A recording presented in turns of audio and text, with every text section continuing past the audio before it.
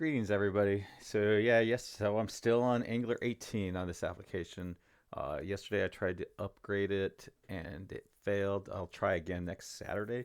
I think the problem is probably that, and I don't even know if it was necessary, but when I first built this application, um, uh, I did a um, kind of a goofy thing to get access to the Windows object.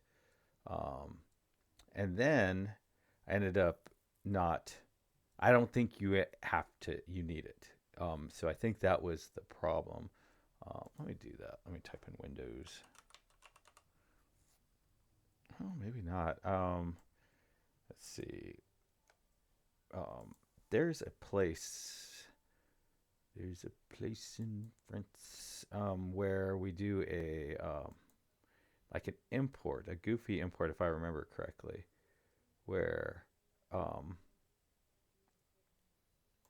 is native Alum. Oh, so we didn't need that here. So the problem was with Windows 19 is that it wasn't building out, it wasn't expanding this div. Um, the div itself that likes to show everything was tiny, so it was all white. It was 0 by 0. Um, so I think my guess is that something's going on in this set dims would be my guess. So that'll be the very first thing that I do. It could be in this attached DOM as well. Um, but it seemed like something was going wrong in here, but I didn't step to it. So next week, what I'll do is I will create a new branch that is specifically dedicated to the upgrade. And then what I'll do is I'll try to just dig in and figure out what's going on. And then if I can figure out what's going on, I'll fix it in the working version. So make sure it still works in Angular 18 and then try to do the upgrade again and see if that works. So that's the plan. I guess I have about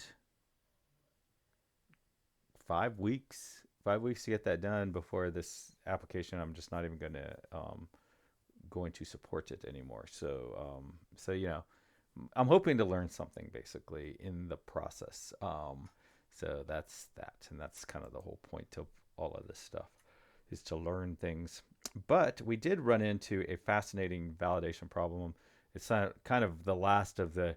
So I knew I've had to do validation dozens of times before, and I knew that there was kind of a. I had sort of a vague idea of a bunch of issues that would come up, and I had sort of mentally.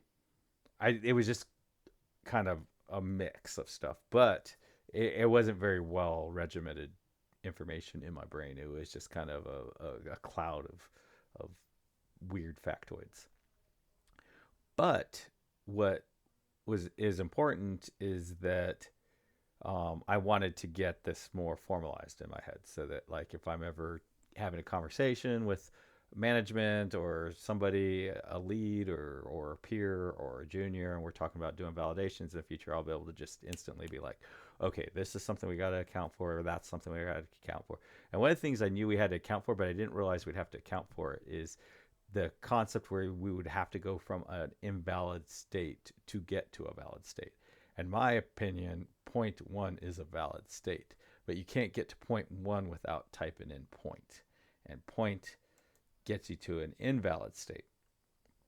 So like if you go over here to fog near and you type in point, it's going to say, sorry, that's invalid. Last time it was one, we're going to go back to one. But in this one case, like we had another issue where we're like, oh, 1 point was a bad word, bad, but it's really not, right? And I decided, no, I think this is valid. And then I do think, and then we had a problem because it wanted it to be 0 point, not just point one. I was like, no, point one is fine. Um, but and I will tell you that this is an argument. This point one saying no, you have to. The workaround is you have to type in 0 point 0.1. It's an argument you can win all the way up the line until you get to the very top. So you're gonna talk to your QA person, and you're gonna say, hey, point one's not a legal number. You have to type in 0 point 0.1. You're gonna win that argument, and they'll be like, okay, whatever. And then management's going to step in and say, what do you mean you can't type in point one? You're going to go, look, zero, that's not a number. Point one's not a number. 0.1 is a number. You have to have that leading zero there because of blah, blah, blah, blah. And you can shock them, shock and awe with science, 0 and 1. Come on, don't be stupid. And they'll be like, okay, they'll back off. And a director can come in and you can go, no, it has to be 0. Has to be 0.1 and whatever. Maybe a junior VP you might even be able to shock and awe them too. But you're eventually going to get to the point to the person who you are not going to be able to shock and awe with, no, it has to be 0.1. They're going to be like, no, 0.1 has to be. You have to accommodate 0.1. Sorry, you have to do it. And I don't want to hear it. And they're going to bop that junior VP on the head, or they're going to bop that director on the head, and then that director is going to go and bop that manager on the head, and then that manager is going to go and bop that QA on the head, and then that QA is going to come at you after getting the super bop on the head, and they're going to be pissed at you because you were the one who told them it had to be 0.1 when they're probably going to lose their mind. It's just going to be, so just do yourself a favor and accommodate 0.1. But now the problem is point. And you know what? I think you can win this argument all the way up. Like, come on, dude, you can't put a point in. And if you do want, you have to have some kind of number. And it's not that much to say to put a 0 in before you put the point. Point is just not legal. It can break everything or whatever. But you are going to run into other situations where you need to be able to type in invalid things in order to get to a valid point place. And the most obvious place is in passwords, right? Say you have a password, has to have letters, numbers, a capital letter, blah, blah, blah, blah. You can't just delete everything the minute they go invalid. You can't be like, sorry, you're going to have to paste a valid number in. You're going to have to let them be invalid for a while. So you might as well figure it out now. So anyways, so that is that. So what we're going to do, and fortunately, I've done a pretty good job of making it to where you can actually get a pretty good grasp of what is happening in the validations. So we know that in our, let's see, I guess it's in the toolbox. So here's my toolbox X that it's very upset. It did not like this. Oh man, now I understand why I didn't like this. So this was one of the things that says deprecated was me taking this CSS during the upgrade yesterday, taking this CSS and bringing it into the styles CSS, which I think is a brilliant way to do this. But apparently they do not, and they have deprecated it. So the nice thing about this is having this this way, importing things this way so that you can do that is it's easy to see where this came from, right? So you can hit control in this and you can say, oh, okay, this is part of the toolbox, right? But I think what they want you to do, I don't know, they might want you to move this into the same directory. Now it is deprecated, and I don't really ever plan to get past Angular 19 with this particular application, and then the next application will start in Angular 19 from nothing. So I'm not that worried about a deprecation, but it is good to know that that is one of the things that they are frowning upon doing right now.